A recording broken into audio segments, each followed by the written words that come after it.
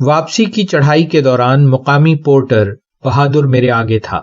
Base camp کے doctor ہونے کی رعایت کے سبب میرے کندھوں پر صرف 8 کلو سوکھی خوبانی کا اضافی بوجھ تھا۔ بہادر مجھ سے 2 گنا اور دیگر لوگ نسبتاً زیادہ بوجھ اٹھائے ہوئے تھے۔ ہم ایک بہتے چشمے کے پاس تھوڑی دیر آرام کو رکے تو میں نے بہادر سے پوچھا، برفانی چیتا دیکھا کبھی ان پہاڑوں میں؟ وہ بولا، نہیں صاحب، لیکن میرے پردادا نے مارا تھا نیزے سے ایک، بہت سال پہلے، انہی پہاڑوں میں۔ یہ سن کر مجھے روم کا کولوسیم یاد آ گیا، جس کی تعمیر 80 صدی عیسوی میں مکمل ہوئی تھی اور جس میں غلام جنگجو گلیڈیٹر سینکڑوں تماشائیوں کے سامنے وحشی درندوں کے ساتھ مارنے یا مر جانے کا خونی کھیل کھیلنے پر مجبور ہوتے تھے۔ رومیوں کی فتوحات کی ابتدا 290 قبل مسیح میں اطالیہ کے مرکزی علاقوں پر قبضے سے ہوئی تھی۔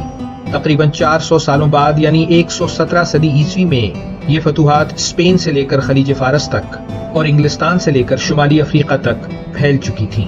ان کے دور میں کئی شہروں کی تعمیر ہوئی جن کی گلیاں سیدھی قطاروں میں ہوتی تھیں۔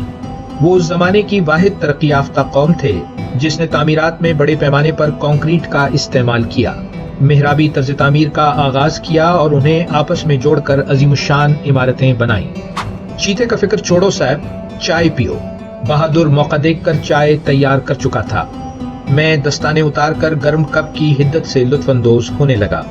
100 صدی عیسوی میں رومن اپنے گھروں کے فرش کو گرم رکھنے کے لیے زیر زمین انتظامات کیا کرتے تھے۔ یہ الگ بات کہ ان آسائشوں اور حکمرانی کو برقرار رکھنے کے لیے ظالم رومی فوجوں نے ہر بغاوت کو بے رحمی سے کچلا۔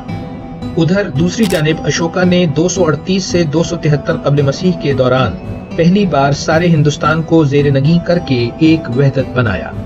اس کے کچھ برس بعد یعنی 2014 قبل مسیح میں دیوار چین کی تعمیر مکمل ہوئی، جس کا مقصد شمال کی سمت سے حملہ کرنے والوں کو روکنا تھا۔ رومی دور حکومت میں حضرت عیسیٰ 4 قبل مسیح سے لے کر 33 قبل مسیح تک فلسطین میں قیام پذیر رہے۔